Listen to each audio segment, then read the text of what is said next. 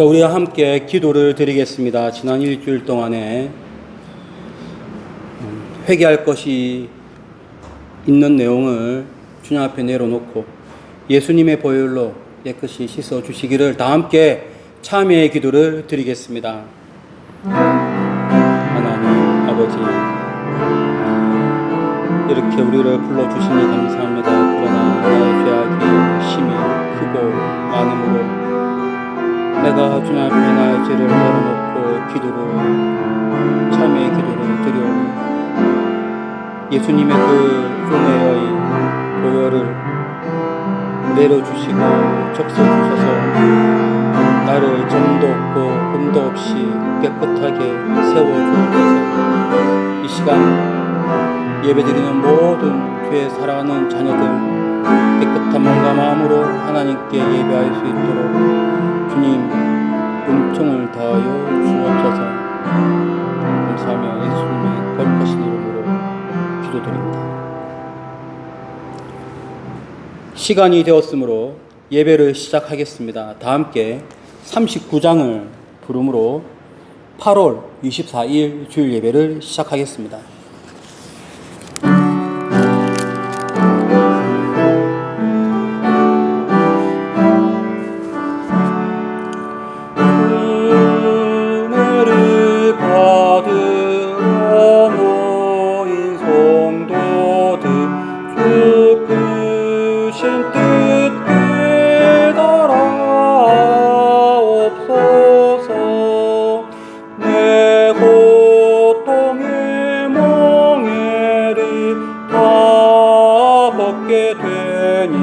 날 구속하신 이름 찬양하리.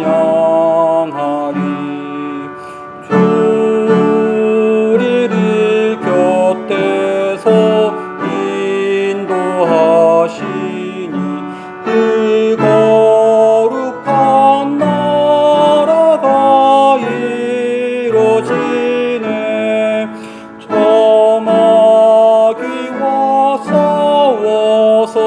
늘 승리하니 큰 영광 주께 돌려 찬양하리. 주리의 방패와 창검 되시니 나 승리의 주님을 따릅니다.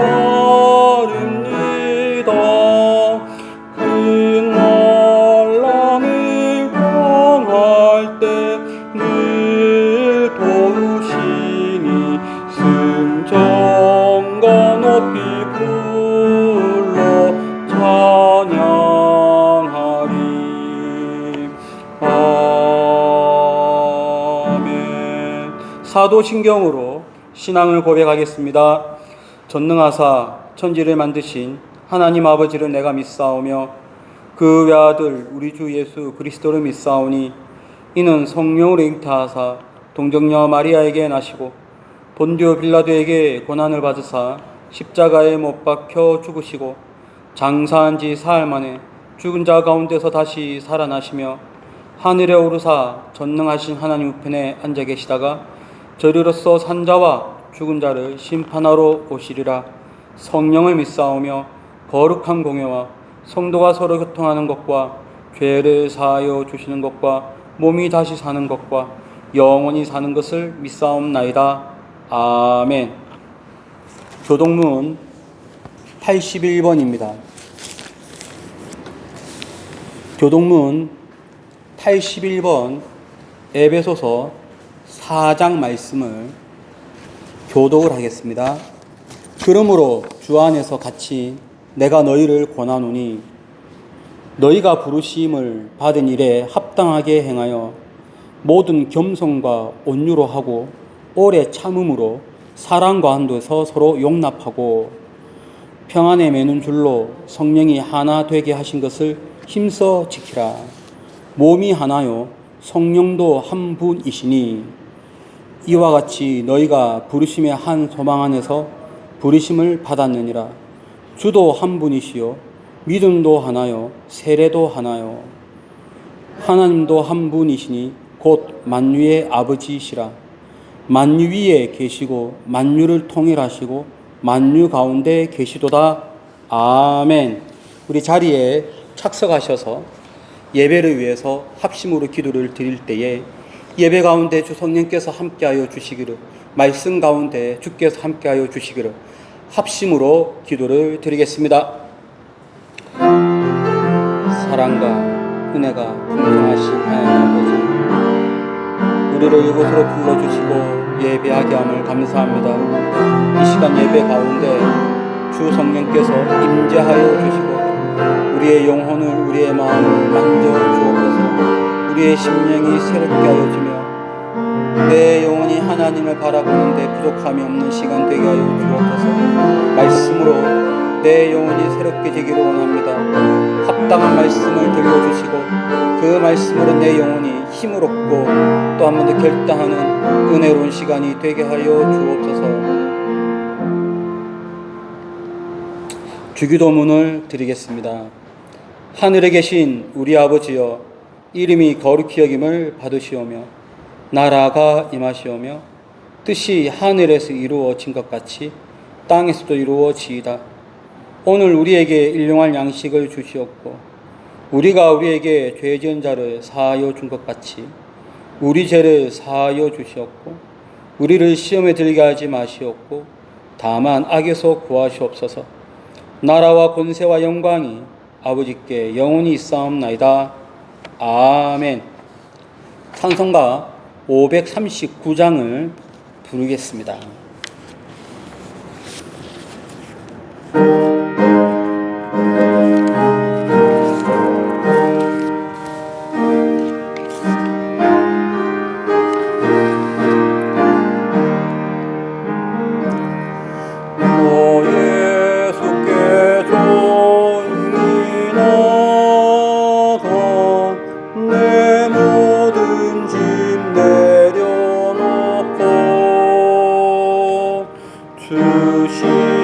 십자가 사랑을 입어 죄사함을 너 받으라. 주 예수께 조용히 나가 내 마음을 쏟아놓으라.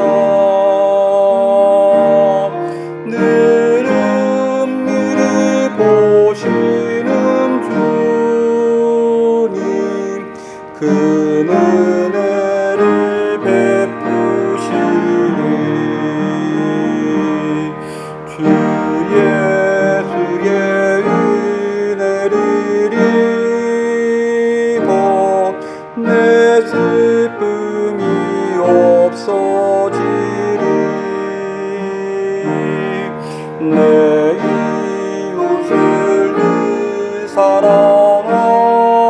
사랑하여 너 받은 것 거저주라. 주 예수께 조용히 나가 내 마음을 쏟아놓으라.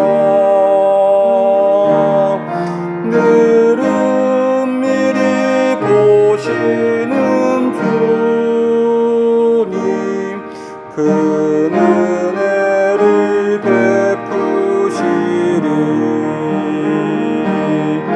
주 예수를 친구로 삼아 늘 내 옆에 모시어라. 그 영원한 생명샘물에 내 마음 먹주이여라.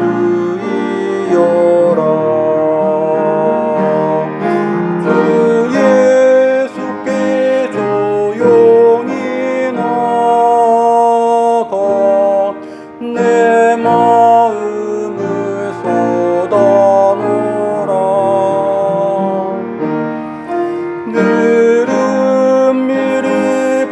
보시는 주님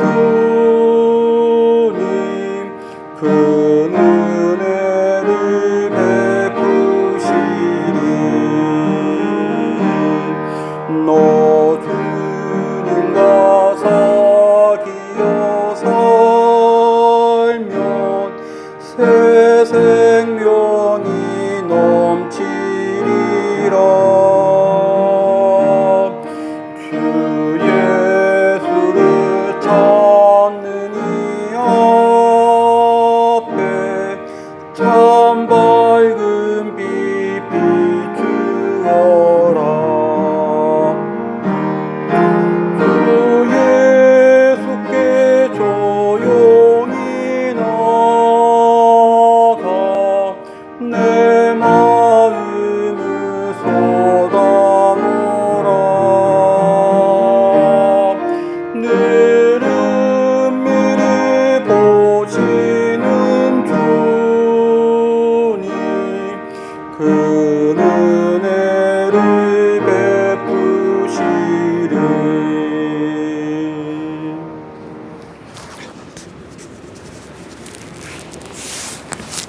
자, 우리 함께 교회 소식을 나누겠습니다. 먼저 오늘 예배에 오신 여러분들을 진심으로 축복하고 환영합니다. 다 함께 옆에 있는 분들과 인사를 나누겠습니다. 오늘 예배에 은혜 받으십시오. 인사합니다. 오늘 예배 은혜를 받으십시오. 날이 상당히 덥습니다. 이 더위 가운데 건강하시기를 바랍니다. 자, 우리 교회를 위해서 기도를 하실 때 교회가 하나님의 뜻에 합당한 교회가 될 수 있도록 기도해 주시고 원로 목사님의 건강을 위해서 또 사모님의 안녕과 건강을 위해서 여러분 꼭 기도하시기를 바랍니다. 그리고 우리 성도님들의 건강을 위해서도 기도하실 때에 지금은 항암 치료를 받고 있는 김창섭 안수집사님과 또 함께 내조하고 있는 양미순 권사님을 위해서 특별히 기도해야 될 줄로 믿습니다. 자, 그리고 우리 원로 목사님의 소식인데 원로 목사님께서 서울에 계실 때 이 똑같은 걸로 수술을 몇 번 받으셨는데 지난번에 조직 검사를 했고 다시 또 검사를 수술을 해야 된다는 진단이 나와서 9월 12일 금요일인데 동아대학교 병원에서 방광암 수술을 받게 됩니다. 순조로운 검사가 될 수 있도록 또 순조로운 수술 일정이 될 수 있도록 기도하십시오.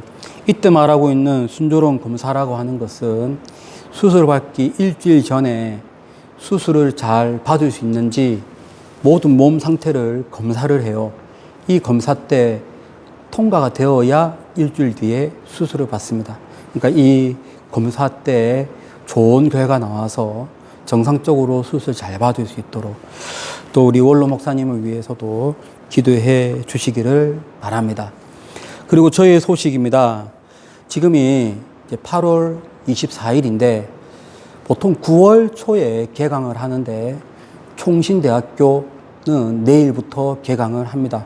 그래서 저는 내일부터 2학기 개강을 맞이하여 강의 활동을 하게 되는데 내일은 총신대학교에서 이제 쭉 한 학기를 강의를 하고 또 부산에서 목회자 그룹들 강의를 하게 됩니다.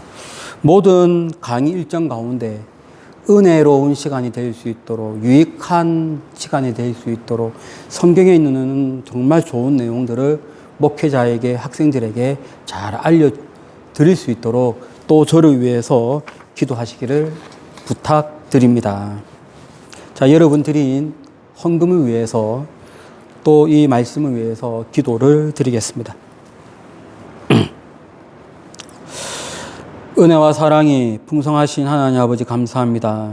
복된 주일을 맞이하여 주님께 나왔습니다. 우리가 주님께 나올 때에 빈손으로 오지 아니하고 우리의 믿음과 마음을 모아 헌금을 드립니다. 구원이 있으므로 그 구원에 대한 감사로 주일 헌금을 드리며 또 많은 일들에 감사하여 감사 헌금을 드립니다.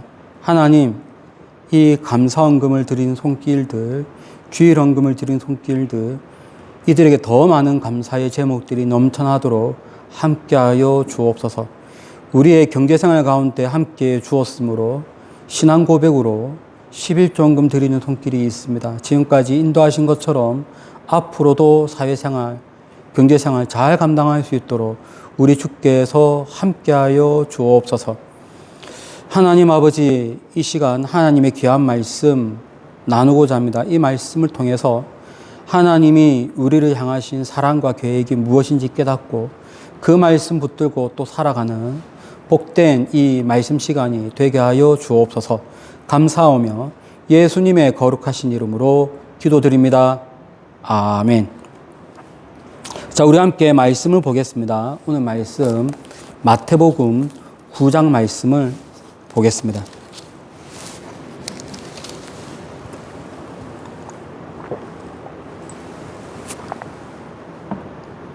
마태복음 9장 1절부터 8절까지의 말씀을 다 같이 한 소리로 합독을 하겠습니다.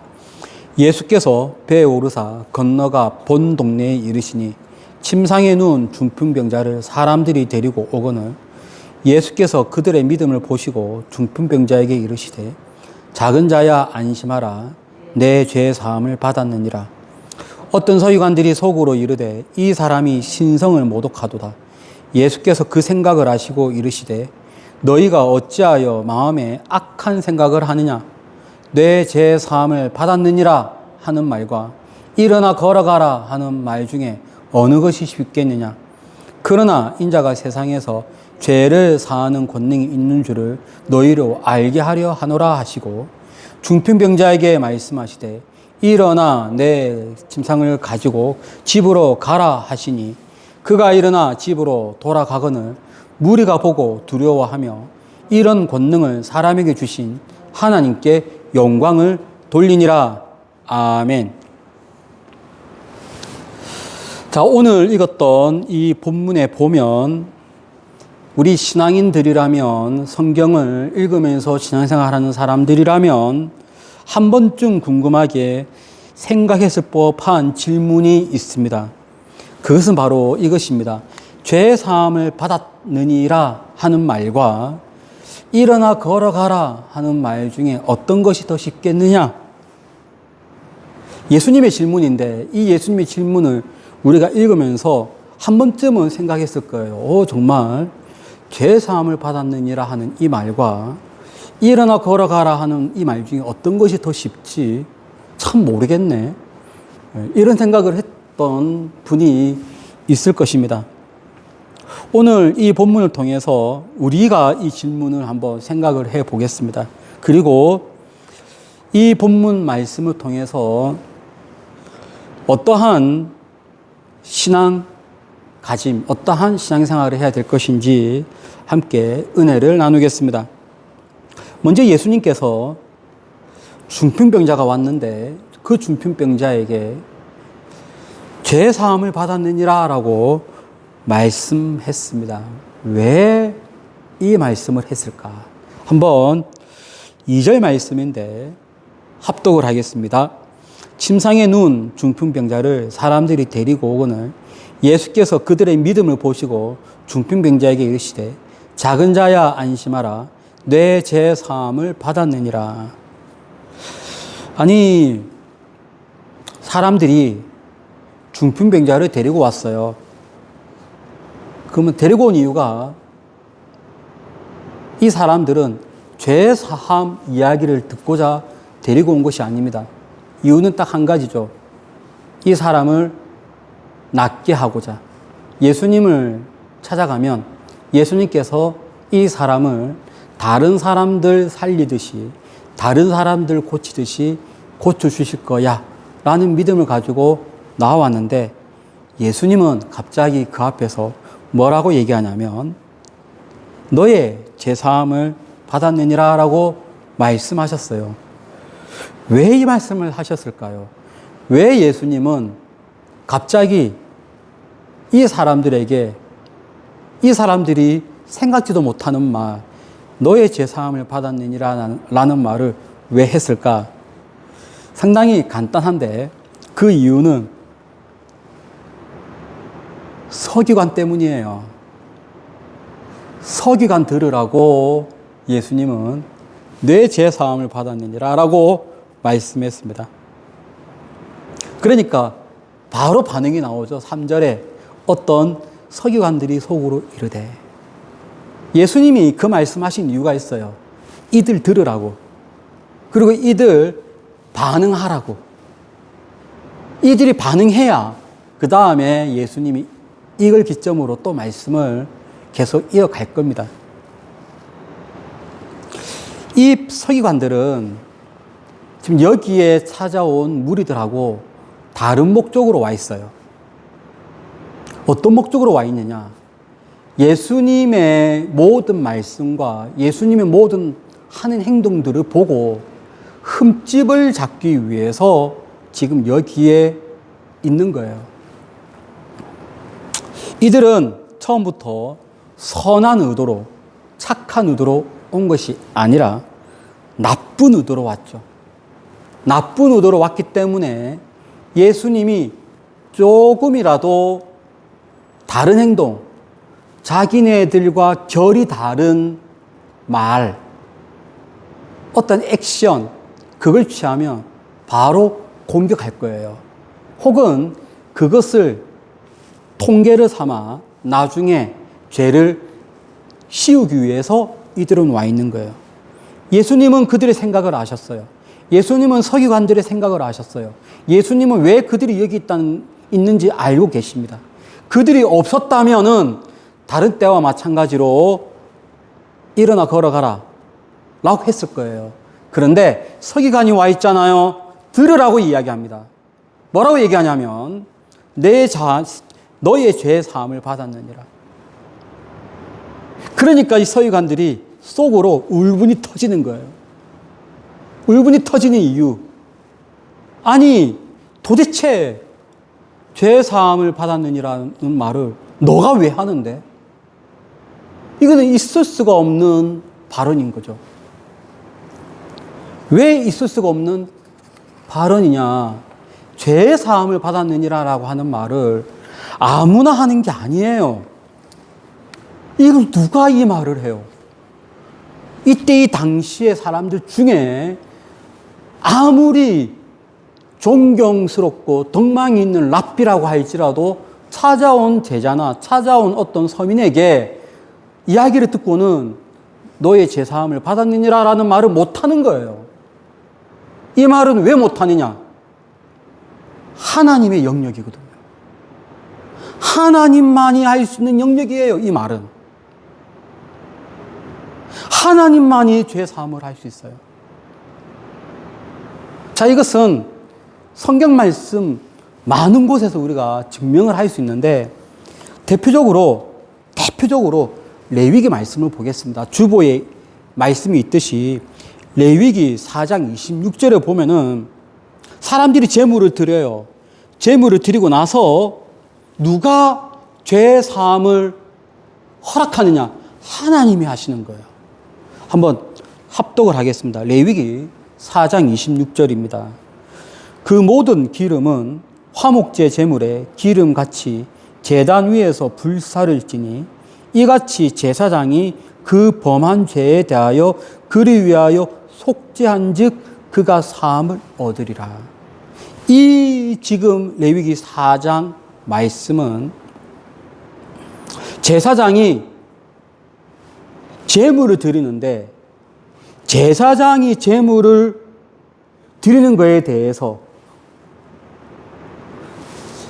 예배자의 제물을 받아서 주님께 예배를 드릴 때 이것이 속죄제든 화목제든 죄 사함을 하게 되는데 이것이 아무리 제사장이라도 제사장이 죄 사함을 선포하는 게 아니에요. 이것은 제사장이 아무리 중간에서 역할을 한다 할지라도 하나님이 하시는 영역이에요. 그가 죄 사함을 얻으리라 라고 하는 이 말은 하나님의 관점에서 말씀하시는 거예요. 하나님의 영역입니다.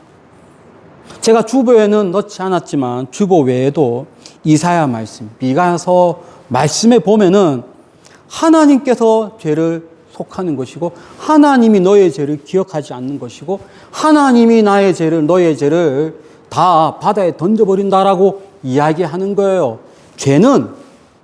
죄를 없애는 것은 하나님의 영역입니다.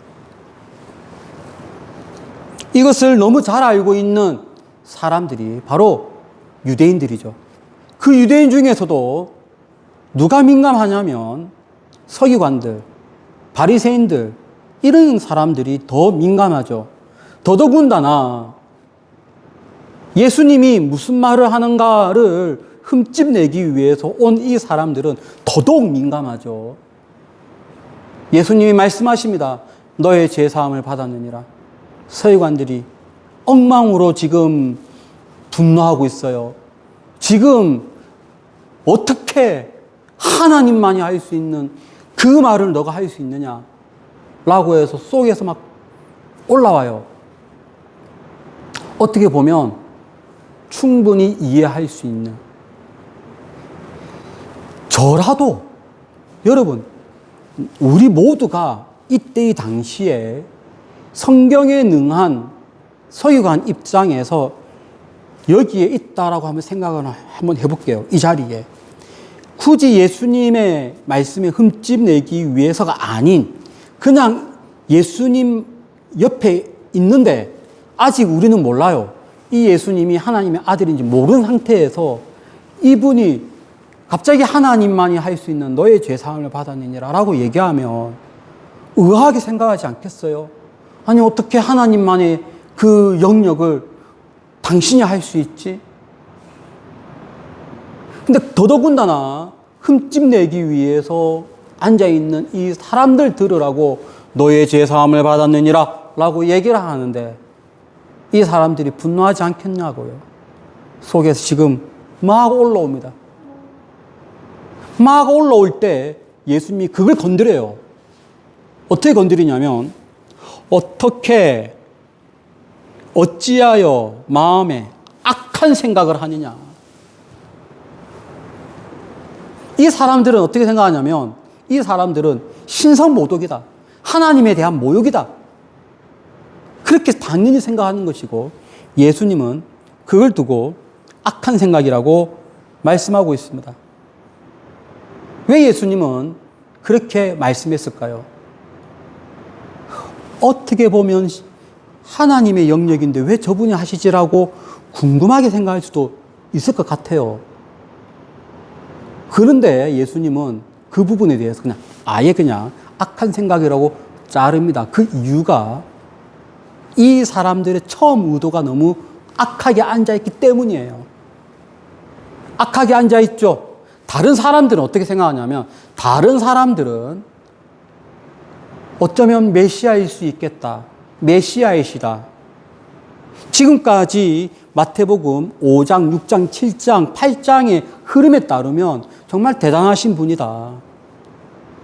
바람과 바다까지도 좌우지하시는 정말 대단하신 분이시고 군대 귀신도 다스리는 정말로 대단하신 분이시다. 어쩌면 메시아, 정말 메시아이지 않겠나? 어떤 사람은 정말 메시아다. 이제 고로한 분위기에서 다 앉아 있는데 이 사람들만 그걸 딱 방어막을 치고 뭐 하나님의 아들은 무슨 하나님의 아들, 메시아는 무슨 메시아. 지금 이 사람들은 예수를 처음부터 거부하는 마음에 앉아 있기 때문에 악하다라고 얘기하는 거예요.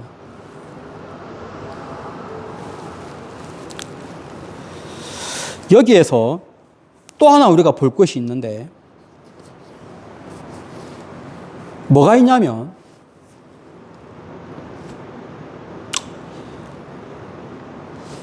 구약에 유일하게 하나님만이 죄 사함을 할 수 있는데 그 유일한 하나님 외에 또 다른 존재가 죄 사함을 건드릴 수가 있어요. 구약 말씀에 보면 분명히 하나님만의 영역인데 하나님 외에 죄 사함을 건드릴 수 있는 유일한 분이 계시는데 그분이 누구냐? 하나님의 아들이에요. 그분이 누구냐? 하나님이 보내시는 메시아세요. 헬라어로 치면 그리스도세요. 그리스도만이 죄 사함을 건드릴 수가 있어요. 우리 그 말씀은 이사야서 53장 11절에 있는데 53장 11절에 하나님이 보내시는 그 메시아, 하나님이 보내시는 주의 종, 하나님이 보내시는 그의 아들, 그가 어떤 부분을 건드리는지 한번 읽도록 하겠습니다. 이사야서 53장 11절입니다. 다 함께 합독을 하겠습니다. 그가 자기 영혼에 수고한 것을 보고 만족하게 여길 것이라. 나의 의로운 종이 자기 지식으로 많은 사람을 의롭게 하며 또 그들의 죄악을 친히 담당하리로다. 어떤 표현이 있어요? 사람들의 죄악을 담당한다. 지금까지는 어떠한 존재도 이 사람들의 죄, 백성의 죄를 직접적으로 짊어진다든지 직접적으로 이것을 짊어지고 없앤다든지 하는 존재가 없었어요. 있었다 그러면 대신하여 동물이었죠. 양, 염소. 그것을 중간 매개체, 제사장이 이것을 중간에 역할을 한 것이지 어떠한 존재도 직접적으로 이들의 죄를 담당해서 없애는 사람이 없는 거예요. 그런데 구약에 보니까 누가 존재하냐면 하나님이 보내시는 자, 메시아, 그리스도, 하나님의 아들만이 이거를 하시는 거예요. 자, 그렇다면 예수님께서 서기관이 있기 때문에 죄 사함을 받았느니라 라고 말씀했는데 그 다음 질문이에요. 왜 예수님은 서기관 들으라고 너의 죄 사함을 받았느니라는 말을 왜 했을까? 그 이유는 서기관 들으라고 하는 말이에요. 그 이유는 내가 바로 하나님의 아들이다 라고 하는 것을 계시하는 것입니다. 누구에게요? 서기관들에게. 그리고 그걸 듣고 있는 모든 사람들에게. 서기관을 기점으로, 서기관을 동기로 해서, 서기관을 빌미 삼아 모든 사람들에게 이야기하는 거예요. 내가 바로 메시아다. 내가 바로 하나님의 아들이다. 어떤 걸 보여주시면서? 죄 사함을 보여주시면서. 아무도 행할 수 없는, 이 사람들은 하나님만의 영역이라고 생각하는 그것을 예수님께서는 사실은 하나님의 아들, 메시아도 행할 수 있는 그 죄 사함을 선언하시는 거예요. 그러면서 뭘 하시는 거죠? 내가 누구냐? 내가 누구냐? 자기 계시. 내가 누구냐? 하나님의 아들이라는 것을 죄 사함을 선포하면서 말씀하고 있는 거예요. 우리 지난주에 이어서 오늘도 마찬가지로 지난주 말씀 군대 귀신을 내쫓는 장면에서 예수님이 의도하는 바는 영적인 세계를 좌우지하는 분, 하나님 한 분, 하나님의 아들. 나는 하나님의 아들이야. 바람과 바다를 잠잠케 하신 사건을 통해서 나는 하나님의 아들이야. 하나님만이 행하는 바다와 바람을 잠잠케 하는 그 능력을 예수님이 행했으므로 나는 누구냐? 나는 하나님의 아들이야. 군대 귀신을 내쫓는 장면에서 나는 누구냐? 하나님의 아들이야. 죄 사함을 선언함으로써 의도하는 바 나는 누구냐? 하나님의 아들이야. 이 본문의 핵심은요, 죄 사함을 선포하면서 하나님의 아들이라는 것을 말씀하고 있습니다. 그렇다면 우리도 알아야죠. 우리도 알아야 돼요. 예수님은 누구신가? 하나님의 아들이십니다. 거기다가 지금 이것이 연관되어 있는데 여기 보면 죄 사함이랑 나중에는 중풍병자를 낫게 하지 않습니까? 이 두 개가 따로따로가 아니에요. 사실은 같이 묶여져 있어요.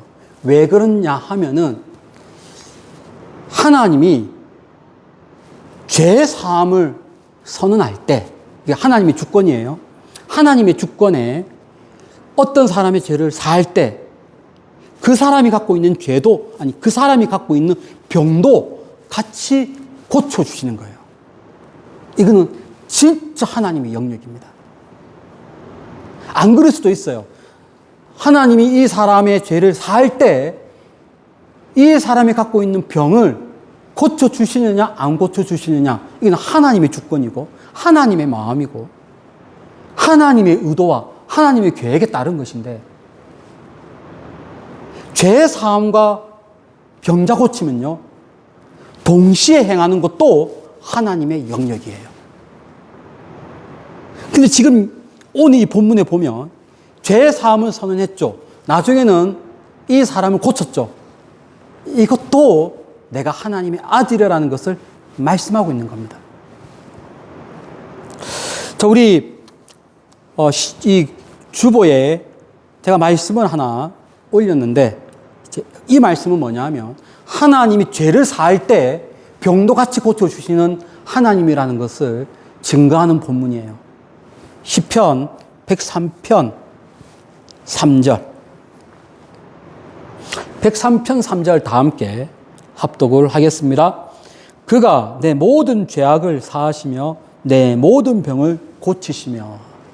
여기 보면 죄 사함과 병 고침이 같이 따라오죠. 누구의 영역이에요? 하나님의 영역이죠.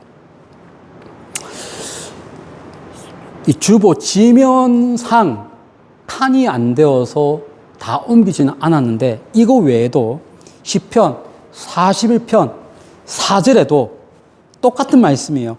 내가 주께 범죄하였사오니 나를 고쳐주십시오. 이것도 보면 죄와 병이 같이 묶어 있다는 것을 우리는 볼 수가 있습니다. 예수님이 이 본문을 통해서 말씀하시고자 하는 것이 있어요. 무엇이냐? 나는 하나님의 아들이다라는 것을 말씀하고 있어요. 많은 사람들이 죄책감으로 힘들어하는 분 있어요. 많은 분들이 나의 죄성 때문에 힘들어하는 분이 있어요. 아, 나는 왜 이렇지? 나는 항상 왜 이 모양이지? 아, 나 너무 큰 죄를 지었어. 내가 지은 죄는 너무 중요해.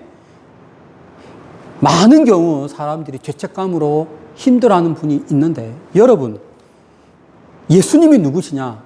예수님은 나의 죄를 짊어지시고 돌아가신 분, 그리하여 내 죄를 없애는 분입니다. 그리하여 하나님의 아들인 것이죠. 그러니 여러분, 내가 죄에서 해방된다는 말은 무슨 말이냐면 곧 구원입니다. 내가 죄에서 벗어났다, 곧 구원이에요. 내 영혼의 자유함입니다. 내 영혼이 자유하면 행복하죠. 생활의 새로운 활력소가 됩니다. 이 땅을 살아갈 수 있는 힘이 되는 거예요.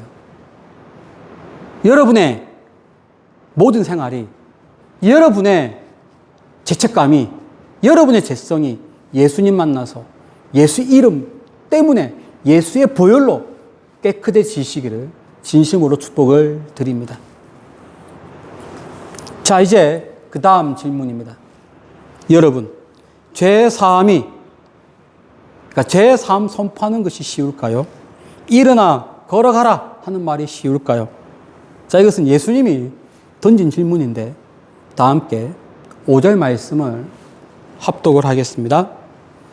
내 죄사함을 받았느니라 하는 말과 일어나 걸어가라 하는 말 중에 어느 것이 쉽겠느냐? 자, 예수님이 서기관에게 묻습니다.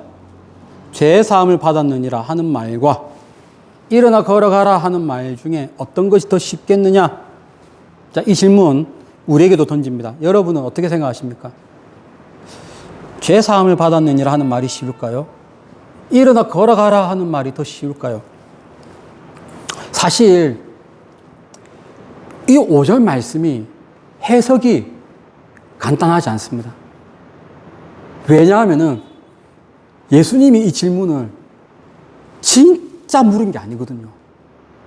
이게 수사의문문이라고 얘기하는 거예요. 그냥 수사의문문. 진짜 너희들에게 답을 얻기 위해서 질문하는 것이 아니고 예수님의 의도를 풀어가기 위해서 하신 말씀이기 때문에 참 정말로 이 구절이 힘든 거예요. 아무리 수사의문문이라고 해도 생각 한번 해보겠습니다. 내 제사함을 받았느니라 하는 말과 일어나 걸어가라는 말 중에 어떤 것이 더 쉽겠습니까? 이 질문을 바라보는 차원이 두 가지가 있어요. 한 가지는 영적인 차원입니다. 하나는 신학적인 차원이에요. 영적인 차원, 신학적인 차원. 또 하나는 육체적인 차원. 사람들의 관점. 하나는 영적인 관점. 하나는 사람들의 관점. 신학적인 관점. 영적인 관점에서 한번 보겠습니다. 여러분, 영적인 관점, 신학적인 관점에서 볼 때 이 두 개의 말 중에 더 어려운 것은 죄 사함을 받았느니라는 말이 어려워요. 왜냐하면 이때 당시에 어떤 누구도 이 말을 할 수 있는 게 아니었거든요. 이 말을 누가 해요? 말을 하면 안 되는 거예요. 이 말이 쉬운 말이 아니에요. 어려운 말이에요. 아무리 당시에 탁월한 가말리엘이라고 하는 랍비, 아무리 그 사람이 뛰어난 랍비라고 할지라도 어떤 성도가 왔어요. 성도가 와서 어이구 랍비요, 내가 지은 죄가 있습니다. 어찌할까요? 할 때 그 가말리엘 랍비가 너의 죄사함을 받았느니라 말을 못하는 거예요. 어떻게 하나님만이 할 수 있는 것을 누가 합니까? 그래서 어려워요. 말 못하는 거예요. 그런 관점으로 보면 내 죄사함을 받았느니라 하는 말과 일어나 걸어가라 하는 말 중에 어떤 게 쉬울까요? 일어나 걸어가라 하는 말이 더 쉽죠. 이거 못하는 거니까. 이런 관점으로 보면 예수님은 어려운 말을 먼저 하신 거죠. 죄사함을 받았느니라. 어려운 말이죠. 자, 이제 두 번째 차원이 있는데 두 번째 차원은 사람들의 관점이에요. 사람들의 관점에서는요. 그러니까 지극히 사람들의 관점에서는 뭐가 어려운 거냐면 일어나 걸어가라 하는 말이 어려워요. 왜냐하면은 일어나 걸어가라 하는 말은 당장 눈에 보여야 되거든요. 어떤 누군가가 일어나 걸어가라 했는데 못 걸어가면 말 낭패지 않습니까? 그래서 사람들의 관점에서는 일어나 걸어가라 하는 말이 어려운 말이에요.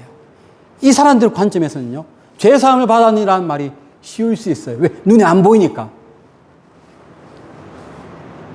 예수님의 의도가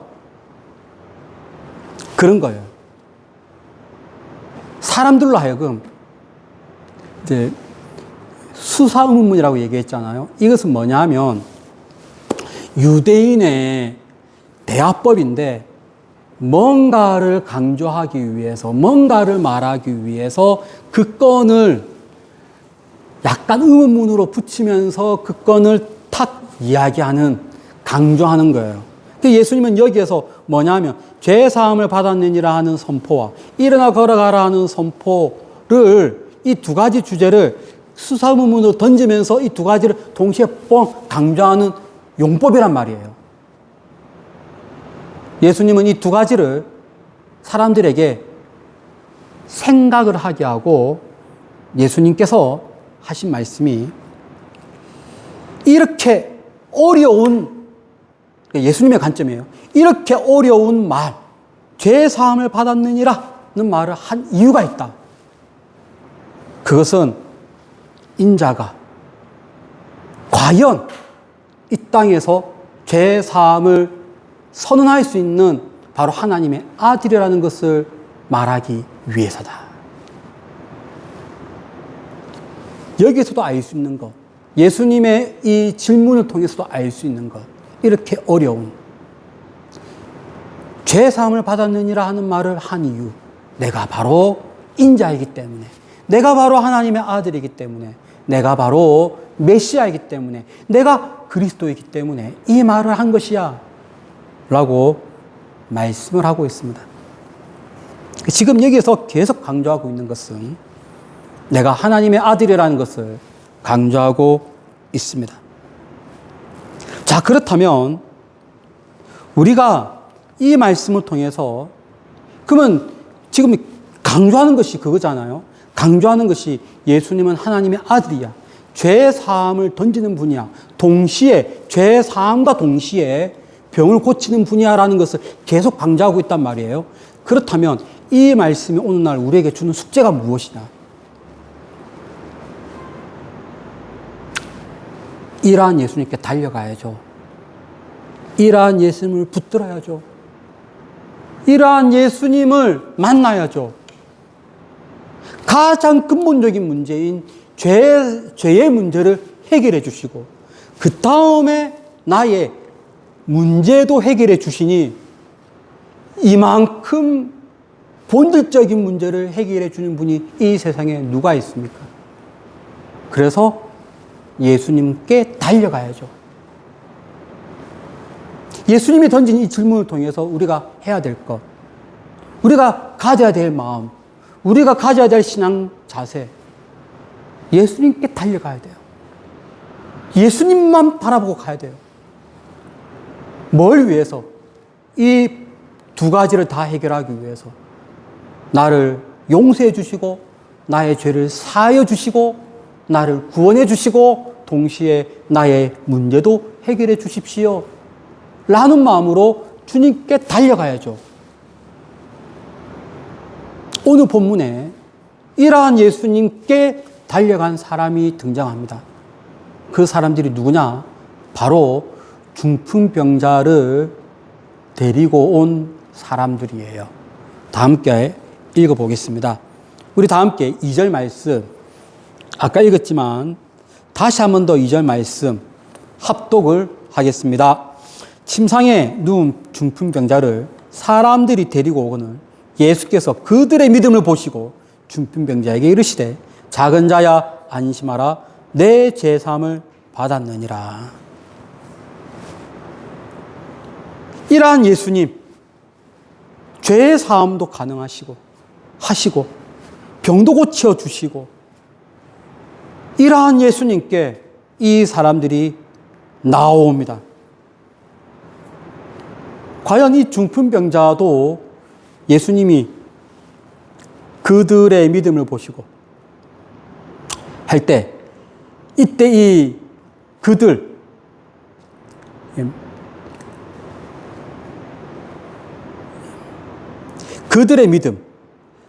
믿음 할 때, 이때 이 그들이 중풍병자도 포함되어 있을까요? 안 포함될까요?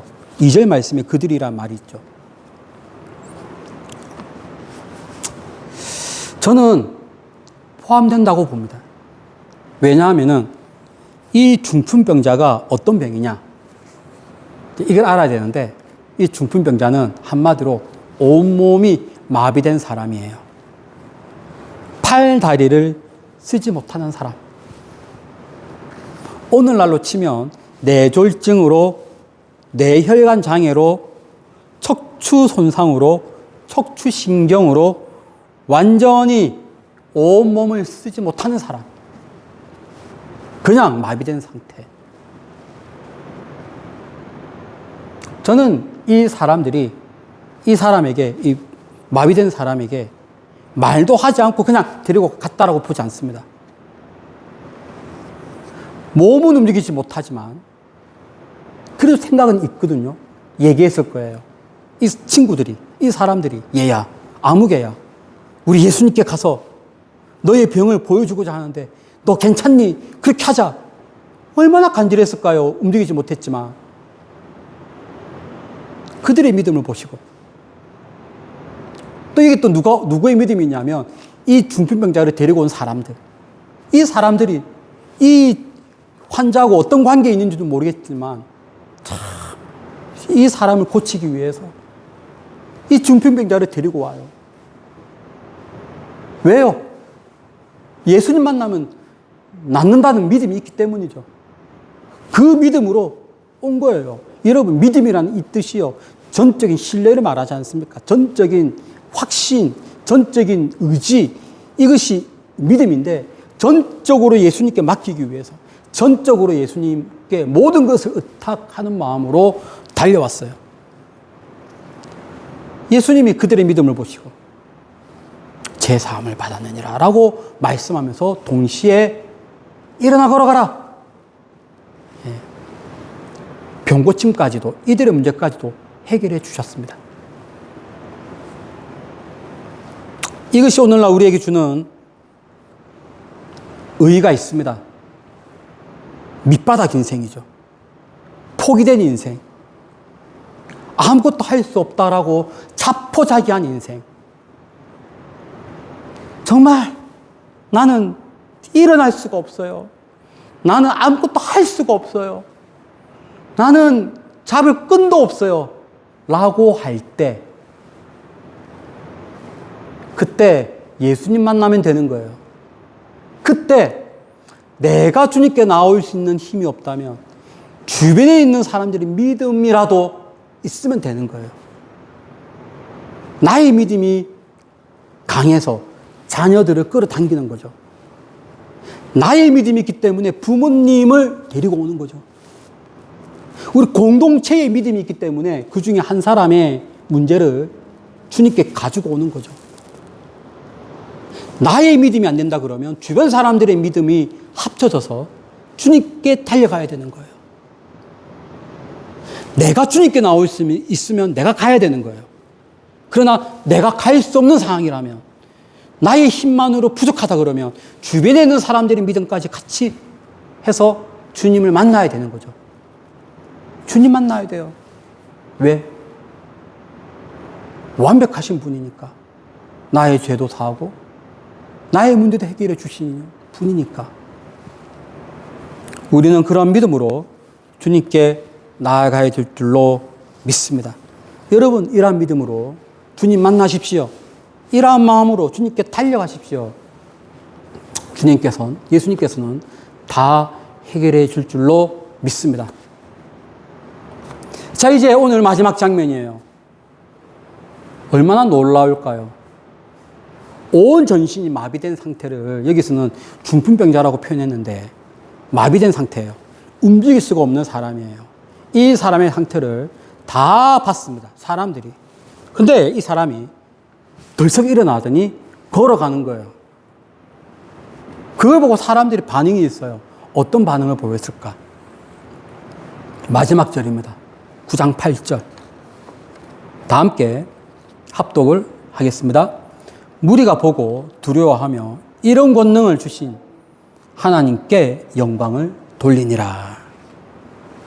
자, 무리가 보고 두려워합니다. 이때의 두려움은 어떤 두려움일까요? 진짜 무서워 두려워하는 것일까요? 이때의 두려움은 도대체 어떠한 두려움일까요? 이때의 두려움은요, 경외함입니다. 우와, 죄의 사함을 선포하시더니 일어나 걸어가라 하니까 그렇게 마비되어 있는 사람이 덜썩 일어나서 걸어가는 거예요. 아까 제가 말씀드렸잖아요. 이 유대인들은 어떤 생각이 있냐면, 죄 사함과 병고침을 동시에 행하는 분은 하나님 한 분밖에 없다라고 생각했단 말이에요. 그런데 지금 이것을 누가 행하고 있습니까? 예수님이 행하고 있지 않습니까? 놀라는 거예요. 하나님만이 행하는 저것을 이분이 행하시네. 뭘요? 죄 사함과 동시에 치유하는 것을. 근데 이 사람이 완벽한 치유잖아요. 아예 마비된 사람인데 벌떡 일어나니까 사람들이 그 예수님의 그 모습 보고 깜짝 놀랍니다. 경외함이죠. 경외함. 이러한 두려움입니다. 그러나 여러분, 오늘 이 말씀을 보면요, 놀라는 걸로 끝나지 않습니다. 어떻게 끝나냐면요, 하나님께 영광을 돌리니라. 여러분, 이렇게 놀라고 있는데, 이 상태에서 하나님께 영광을 돌린다는 말은 어떻게 행했다는 말일까요? 모든 사람들이 우와 하는 상태에서 함성을 지르고요, 박수를 치고요, 노래를 하고요, 큰 소리로 외치는 것을 했다는 거예요. 이들은 마지막에 그 모든 장면을 보고 하나님께 영광을 돌립니다. 박수치며 큰 소리로 노래로 하나님께 영광을 돌렸습니다. 자, 이것을 우리가 어떻게 알 수 있냐면, 다른 본문인데 다른 본문에 하나님께 영광을 돌리니라 하면서 어떻게 했는지가 좀 나오는데, 누가복음 17장 15절 말씀에 보겠습니다. 이 사람이 하나님께 영광을 돌렸는데 이 사람은 어떻게 했는지 한번 보겠습니다. 다 함께 누가복음 17장 15절입니다. 시작. 그 중에 한 사람이 자기가 나은 것을 보고 큰 소리로 하나님께 영광을 돌리니라. 이 사람은 소리로 외치면서 그냥 의미 없는 말로 외치지는 않았죠. 하나님께 영광 돌리는 문장으로 하나님께 영광을 돌렸죠. 지금 이 마지막 장면은 이걸 본 모든 무리들이 하나님을 찬양하면서 이 장면이 마무리가 됩니다. 이것이 여러분 우리의 인생에 필요한 것입니다. 모든 사람들이 다 잘 나갈 수 없어요. 모든 믿음이 있는 사람들이 항상 잘 될 수는 없다고요. 인생은요, 하나님께서 굴곡을 만드셨기 때문에 때로는 밑으로 떨어지기도 하고요, 때로는 일어날 듯한데 또다시 떨어지기도 하고요, 때로는 잘 가기도 하고요. 이 인생의 굴곡은 다 있기 마련입니다. 그런데 우리의 인생에서 밑바닥으로 떨어졌을 때, 우리의 인생에서 앞이 보이지 않을 때, 우리의 인생에서 나아갈 바를 알지 못할 때, 그때 어떻게 될 것인지 오늘 이 본문은 우리에게 말해주고 있습니다. 어떻게 하면 될까요? 나의 근본적인 문제를 해결해 주시는, 나의 죄 문제와 나의 문제를 해결해 주시는 예수님을 만나면 되는 거예요. 예수님께 전적으로 의지하며 나아가는 믿음을 보일 때 예수님은 나를 건져주시는 거예요. 그리고 나를 걷게 하시는 겁니다. 그러면 자연스럽게 찬양이 나오지 않을까요? 그 순간. 우리가 살면서도 좋은 일 생기면 막 박수 치면서 웃으면서 좋아하는데, 나의 근본적인 문제가 해결되면 하나님께 영광 돌리지 않을까요? 이것이 우리의 인생에 있어야 되는 거예요.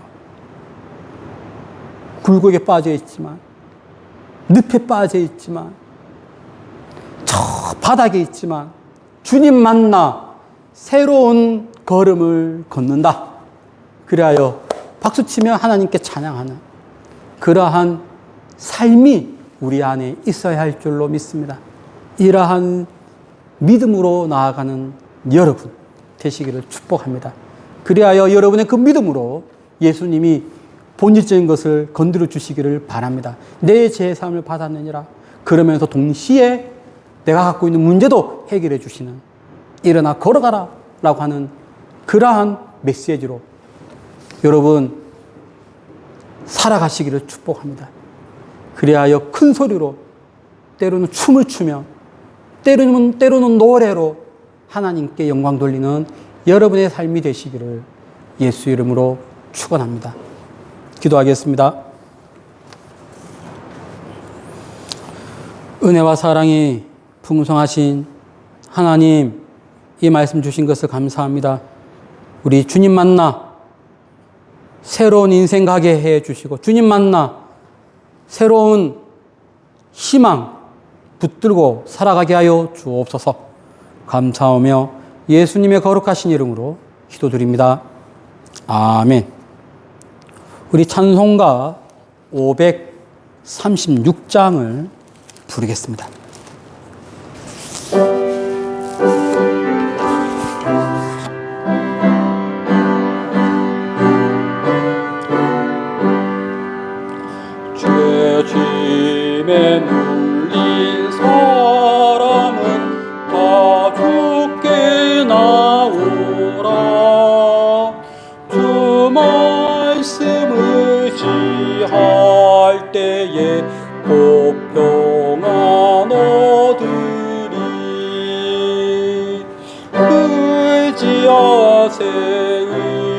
주시하세 주시하세 구하시네 구하시네 복구하시네 참 구원 주신 주께서 보혈을 흘렸네 눈같이 희게 할 피에 온몸을 잠그세 의지하세 의지하세 의지하세 구하시네 구하시네 복구하시네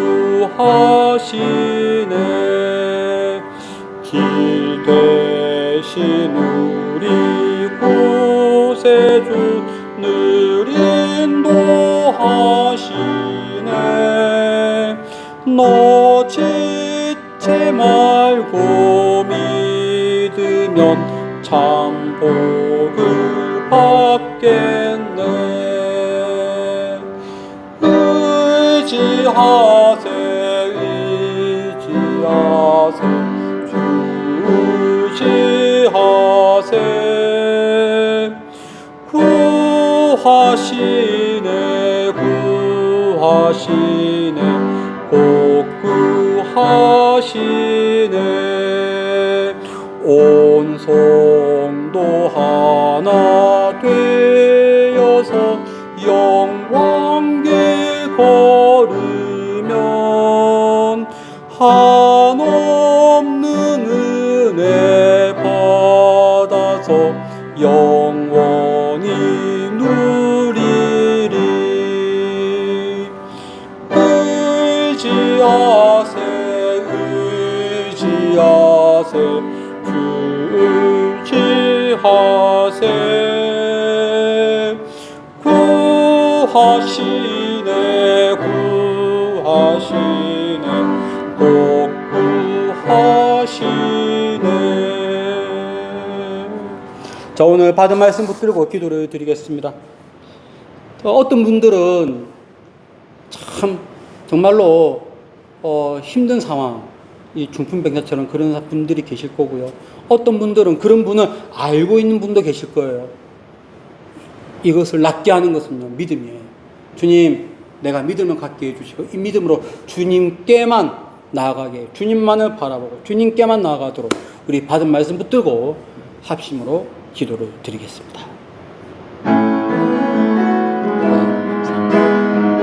오늘 그 말씀 주신 것을 감사합니다. 하나님, 나의 믿음을 주님께 보입니다. 내 믿음이 주님께 향할 길에서 내가 주님을 향해 바라보며 내가 주님 앞에 바라보며 주님께 나의 믿음을 드리고 주님께 나의 헌신과 나의 모든 것을 드리며 이 모든 문제가 해결되기를 소망합니다. 주여, 우리에게 함께하여 주시고 우리를 붙들어 주시고 우리에게 정말 주님의 사랑으로 주님의 능력으로 주님의 손길로 붙잡아 주옵소서. 그러니 내가 일어나게 해주시고 새로운 인생 가게 해주시고 주님을 찬양하는 인생이 되게 해주시고 주님을 노래하는 하나님께 영광 돌리는 나의 인생이 되게 주옵소서.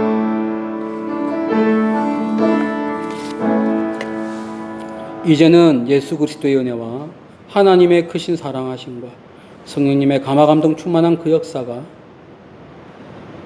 믿음으로 주께 나아가기를 소망하는 여기 있는 주의 사랑하는 자녀들과 이들의 가정 위에 지금부터 영원토록 함께 있을지어다.